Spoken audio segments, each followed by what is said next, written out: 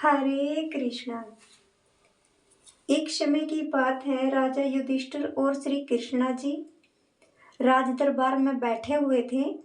धर्मराज युधिष्ठिर श्री कृष्णा जी से पूछते हैं, हे कृष्णा जी, आषाढ़ मास के शुक्ल पक्ष की एकादशी का क्या नाम है? उस दिन कौन से देवता की पूजा होती है तथा उसकी विधि क्या है, सो मुझे समझाएं। भगवान श्री कृष्ण बोले, हे राजन, एक समय नारद जी ने यही प्रश्न ब्रह्मा जी से पूछा था। तब ब्रह्मा जी बोले, हे नारद, तुमने इस कलिकाल में प्राणियों के उद्धार के लिए उत्तम प्रश्न पूछा है। एकादशी का व्रत सब व्रतों में श्रेष्ठ है, जिससे सभी पाप नष्ट हो जाते हैं।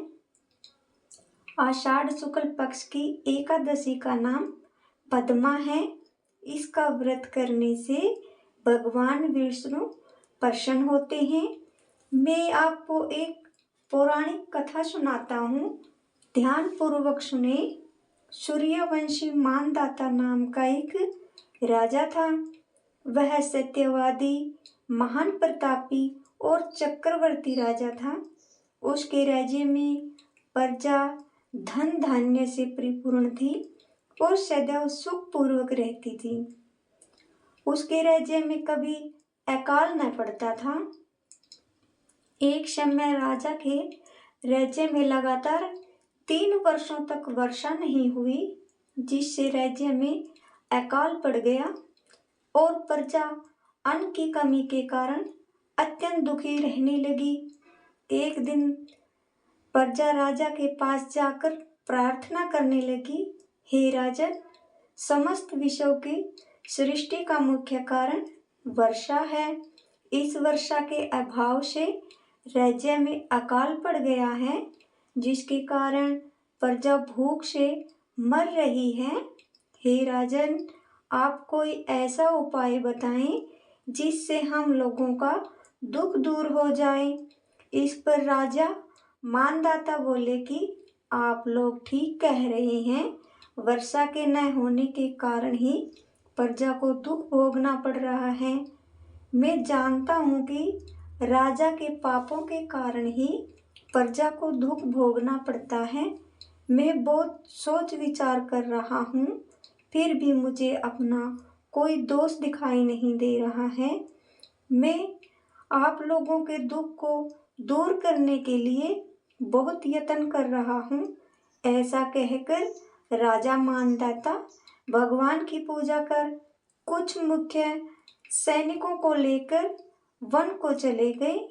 वहां वह अनेक ऋषियों के आश्रमों में घूमने लगे। घूमते घूमते अंत में ब्रह्मा के पुत्र अंगिरा ऋषि के आश्रम पर पहुंचे। उस स्थान पर राजा रथ से उतरा और आश्रम में आया। वहां मुनि अभी नृत्य क्रम से निर्वित हुए थे। राजा ने उनके सम्मुख प्रणाम किया और मुनि ने उनको आशीर्वाद दिया। फिर राजा बोले, हे मुनिवर, हमारा राज्य संकटों से घिरा हुआ है, कृपया आप हमारी मदद करें। आप कुशल पूर्वक तो हैं तथा आपकी प्रजा भी कुशल पूर्वक होगी। आप इस स्थान पर कैसे आए हैं राजन, सो कहिए। राजा बोला कि हे मुनि, मेरे राज्य में 3 वर्ष से वर्षा नहीं हो रही है। इससे अकाल पड़ गया है और प्रजा महान दुख भोग रही है। राजा के पापों के प्रभाव से प्रजा को कष्ट मिलता है, ऐसा शास्त्रों में लिखा है। मैं धर्मानुसार राज्य करता हूँ, फिर भी यह अकाल कैसे पड़ गया, इसका मुझे अभी तक पता नहीं लग रहा। मैं आपके पास इसी संदेह को दूर करने आया हूँ। आप मेरा संदेह दूर करके प्रजा के कष्टों को दूर करने के लिए कोई उपाय बताएं।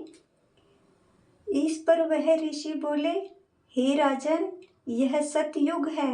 सब युगों से श्रेष्ठ है। इसमें धर्म के चारों चरण सम्मिलित हैं, अर्थात इस युग में धर्म की सबसे अधिक उन्नति होती है।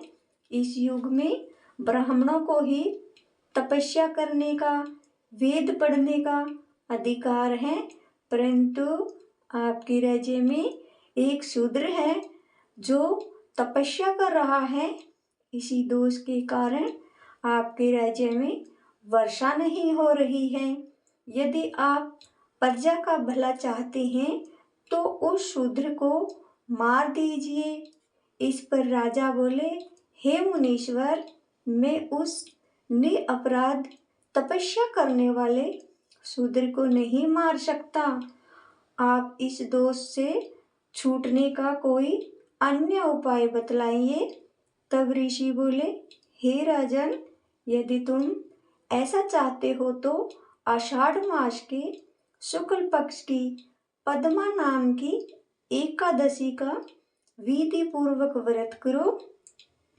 इस व्रत के प्रभाव से तुम्हारे राज्य में वर्षा होगी और प्रजा सुखी हो जाएगी, क्योंकि इस एकादशी का व्रत सब सिद्धियों को देने वाला है और समस्त उपद्रवों को शांत करने वाला है।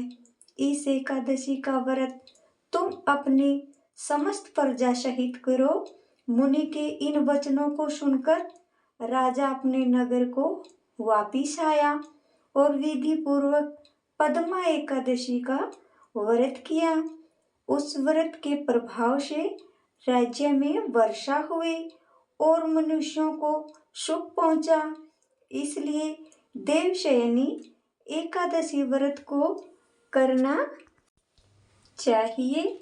यह व्रत इस लोक में भोग और परलोक में मुक्ति देने वाला है।